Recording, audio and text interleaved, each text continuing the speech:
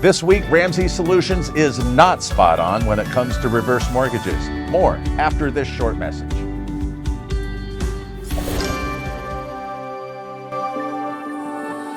Building relationships is the way Mutual of Omaha has grown into one of the leading financial services companies in the world. Our reverse mortgage wholesale division is proud to carry on this 100-plus year tradition. To your borrowers, a reverse mortgage is more than a transaction. It's a promise of a better, more stress-free life. Our goal is to provide you, our valued client, with the best service and support possible so you can focus on helping your borrowers achieve the retirement of their dreams. Hey, what's up, guys? Shannon here, fighting the good fight for you, the men and women who are continuing to serve older homeowners by providing reverse mortgages to help increase retirement security and peace of mind. My hat's off to you. But while you've been out there in the field doing that, well, the media has been quite busy undercutting your efforts. So what's up with journalism? I mean, there were the good old days when journalists used to actually, research their stories. That's back in the dark ages of reporting, even before the internet, and they would do something called fact-checking and corroboration. Now, imagine this. They would actually double-check facts by consulting not one, but two whole sources. Yes, dear viewers, two. Now, they didn't always have to meet a dark, shadowy figure in a Washington, D.C. parking garage, but they actually did pick up the phone or meet somebody and call. Now, fast forward to today, where the media's preferred investigative tool is apparently to just simply cut and paste from unreliable sources. And why not? With the internet's vast library of easily searchable information just a keystroke away, it's clearly too much to ask our modern scribes and reporters to use the all-powerful Google. Now, who has the time to verify when you can just copy and paste and publish, right? Now, such is the case with a recent online column on 24/7 Wall Street entitled "Dave Ramsey Gives His Brutally Honest Takedown on Reverse Mortgages," and he's spot on. But there's a little problem. Dave Ramsey and Ramsey Solutions are far from spot on. In fact, it's complete drivel. Here's an example. Similar to a regular mortgage, with a reverse mortgage, you put up your home as collateral on the loan from the reverse mortgage. So, if you fail to meet the terms of the loan, you could lose your home to the lender. Oftentimes, it's not worth the aggravation. Do you mean the same aggravation that homeowners find with their 30 or 15-year mortgage? Is that it? Now, violating the terms of any mortgage will result in a default and eventually a foreclosure. So, how these so-called financial experts haven't figured this out is mind-boggling. But wait, there's more fake reverse mortgage news. With reverse mortgages, we should also note that you may owe more than your home is worth in the end. For example, according to Ramsey Solutions, if you take out a $175,000 reverse mortgage at 6% interest on a $300,000 home and you don't pay it back for 25 years, you or your family will owe a whopping $260,000 in interest on top of the $175,000 you borrowed. Benjamin Franklin was correct when he said half a truth is often a great lie.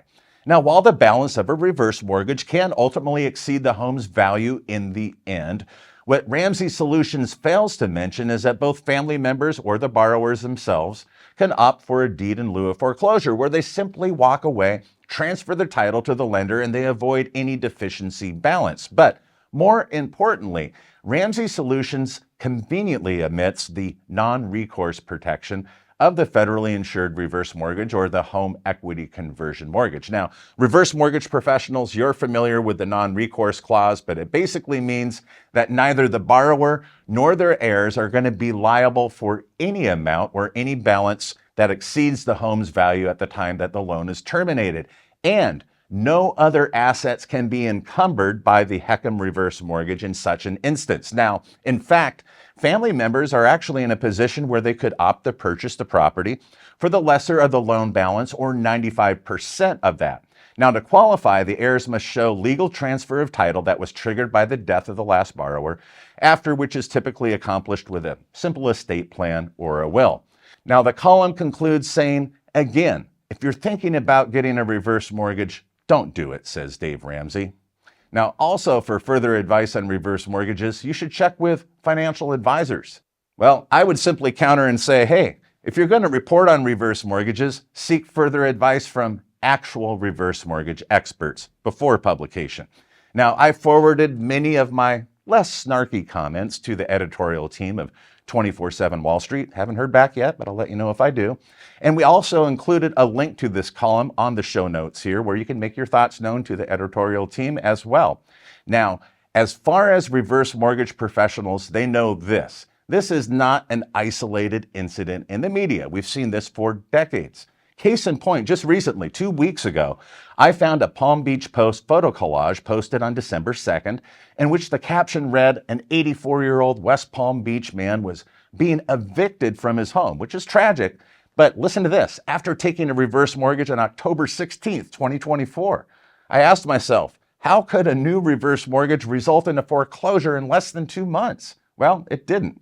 I emailed the columnist, who actually turned out to be the photographer on loan from another daily newspaper in the area. Now, the typical captions, well, they come from the columnists themselves. So I did a little cursory research and I found this, a case in the Palm Beach clerk's office for a non-monetary residential eviction, which was filed on May 9th, 2024. That's 2 months before the alleged reverse mortgage was ever taken, actually more. Now, the photographer forwarded my email to the columnist, who never replied. Are you surprised? Now, it turns out that the home was actually bought by another party who made 2 cash offers to the tenant, the 84-year-old man, to vacate the dilapidated property. But the tenant refused, thus the eviction filing. Now, I was relieved to see the full article published on December 10th made no mention of a reverse mortgage, yet those inaccurate captions remain online today. Now, I did send a follow-up email directly to the columnist. Yes, I found her email address, and of course, I've never heard back. So it's safe to say, in the age of journalistic malpractice, who needs to be accurate when you've got clickbait and Twitter outrage? After all, close enough apparently is the new gold standard of truth, and deadlines, they don't meet themselves. So let's raise a glass to some in the financial media, at least, who are valiantly proving that you can have all the resources in the world and still be gloriously lazy and wrong. So cheers. Now, what are your thoughts on my snarky takedown of this latest reverse mortgage column? You can leave your comments in the comment section below. If you enjoyed today's episode, please share it and also consider subscribing to our YouTube channel. That way you never miss our content. And each and every week, we bring you our most recent reverse mortgage news. That is Heckam World Weekly. We have both an audio and a video edition of that podcast. Thanks for dropping by, and be sure to return next week for more reverse mortgage news, commentary, and analysis you're only going to find here at Heckam World. Have a great week.